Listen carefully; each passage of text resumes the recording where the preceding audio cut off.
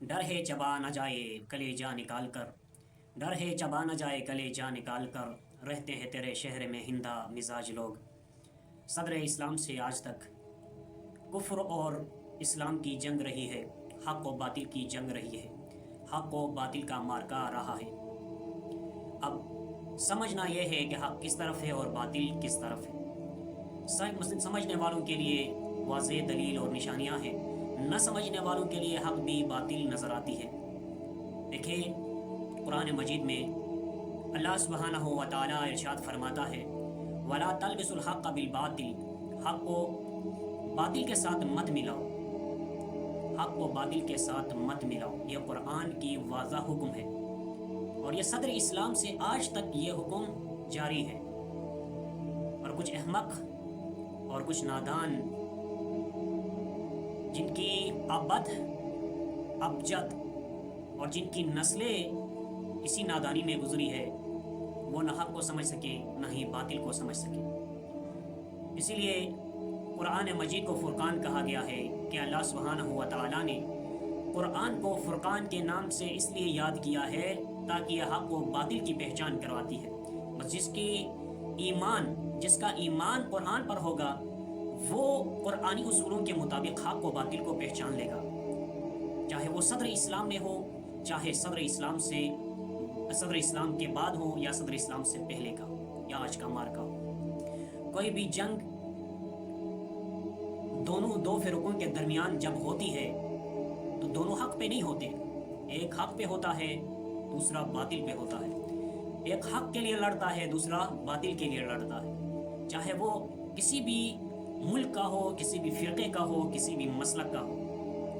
آج جو جنگ ہے عالم اسلام اور عالم کفر کے درمیان جنگ ہے۔ نہ سمجھنے والے وہ تو جنگ صفین کو بھی نہیں سمجھ سکے، جنگ نہروان میں بھی انہوں نے پیٹ دکھانے شروع کی، جنگ جمل میں بھی مولا علی علیہ السلام کے مد مقابل آئے۔ یہ جو کون تھے، یہ جنگ جمل میں جو آئے، جنگ نہروان میں جو آئے، جنگ صفین میں جو آئے تھے، یہ وہی تو ہے جو آج بول رہے ہیں، انہیں کی نسل تو ہے جو آج بول رہے ہیں کہ آج کی جنگ کو ایک ملک کے ساتھ مختص کر رہے ہیں۔ قرآن مجید میں اللہ سبحانہ و تعالیٰ ارشاد فرماتا ہے کہ یہود و نصارہ تمہارے کبھی بھی خیر خواہ نہیں ہو سکتے، ان کے ساتھ دوستی نہیں ہو سکتی، ان کے ساتھ شراکت داری نہیں ہو سکتی، ان کے ساتھ میل ملاپ نہیں ہو سکتا، یہ تمہارے خیر خواہ نہیں ہے۔ جب قرآن نے حکم دیا ہے تو تم کون ہوتے ہو کہ امریکہ حق پر ہے، امریکہ صحیح کر رہا ہے، ایران مجوسیوں کا ملک ہے۔ جب حق کی پہچان نہ ہو تو حق کی تلاش کرنی چاہیے۔ تکفیری ٹولہ آج جمع ہو کے ایران پہ برس رہے ہیں اور اپنے آقاؤں کو خوش کرنے کی خاطر کہہ رہے ہیں کہ ایران مجوسیوں کا ملک ہے، ایران حرمین شریفین پر حملہ کر رہا ہے، ایران خلیجی ممالک میں اسلامی کنٹریز پر حملہ ہوتا ہے، اپنی میزائل کو داغتا ہے، وہاں پہ عوام کو مار دیتا ہے۔ یہ کیا منطق ہے؟ یہ کہاں سے گڑ کے آئے؟ یہ بڑے بڑے مفتیان فتاوے دے رہے ہیں کہ خبردار ایران کے نہ حامی بننا، نہ ہی حمایت کرنا، نہ ہی مدد کرنا۔ یہ وہ نسل ہے جو صفین میں نہ سمجھ سکے کہ کون حق پر تھا اور کون باطل پر۔ یہ وہ نسل ہے جو جنگ جمل میں جمل کو نہیں سمجھ سکے کہ کون حق پر تھا کون حق پر نہیں۔ یہ وہ نسل ہے جو جنگ نہروان میں نہ سمجھ سکے کہ کون حق پر ہے اور کون حق پر نہیں ہے۔ رسول اللہ صلی اللہ علیہ وآلہ وسلم کے دور میں بھی یہی چلتا رہا۔ ہر صحابی پرفیکٹ نہیں تھا، کچھ ڈر کے صحابی ہوئے تھے، کچھ لالچ میں صحابی ہوئے تھے، کچھ خوف کی وجہ سے صحابی ہوئے تھے، دل سے جو مسلمان ہوئے وہ بہت کم تھے، جو بعد میں انہوں نے اپنا اصلی چہرہ دکھایا۔ آج دیکھیں امریکہ و اسرائیل جو یہود و نصارہ کے اولاد ہے، نسل ہے، کون سپورٹ کر رہا ہے، کون مدد کر رہا ہے؟ یہ خلیجی ممالک، یہ عرب ممالک، یہ سعودیہ، یہ قطر، یہ کویت، یہ سارے اسلامی ممالک تو ہیں۔ اب ہمارے پاکستان میں بھی کچھ تکفیری ٹولہ فتاوے دینے شروع کر دیے ہیں انہوں نے کہ ایران مجوسیوں کا ملک ہے، وہ ہمارے مسلم ممالک پر حملے کر رہا ہے۔ ایک سائڈ پہ رکھ دیتے ہیں وہ جو انہوں نے حملہ کیا۔ افغانستان ہمارا ہمسایہ ملک ہے، وہاں سے پاکستان پر اٹیک ہوتا ہے، پاکستان اپنے میزائل اور اپنے تمام تر طاقت کو استعمال کرتا ہے افغانستان پر کہ وہاں سے ہمارے ملک پر حملے ہو رہے ہیں، افغانستان ہمارے ملک کے خلاف استعمال ہو رہا ہے، لہٰذا ہم نے افغانستان میں کارروائی کرنی ہے، اور کی افغانستان میں کارروائی کی، کافی نقصان پہنچایا افغانستان کو۔ کیا افغانستان اسلامی ملک نہیں ہے؟ پاکستان افغانستان کو نشانہ بنائے، یہاں پہ منہ بند ہو جاتی ہے۔ جب ایران سعودیہ پر حملہ کرے وہاں شریفین نظر آتے ہیں،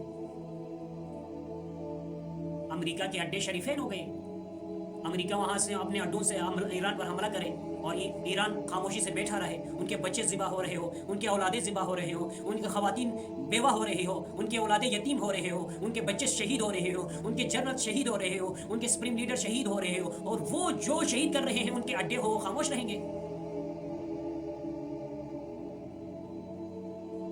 یہ بڑی بات ہے کہ ہم حملہ کریں تو ہم ٹھیک، دوسرے حملہ کریں تو وہ ٹھیک نہیں۔ اب مثال کے طور پر آپ کے گھر پہ آپ کے ہمسایہ حملہ کرے، آپ خاموش رہیں گے؟ چاہے وہ کوئی بھی ہو، دفاع نفس واجب ہے، مسلمان ہی کیوں نہ ہو۔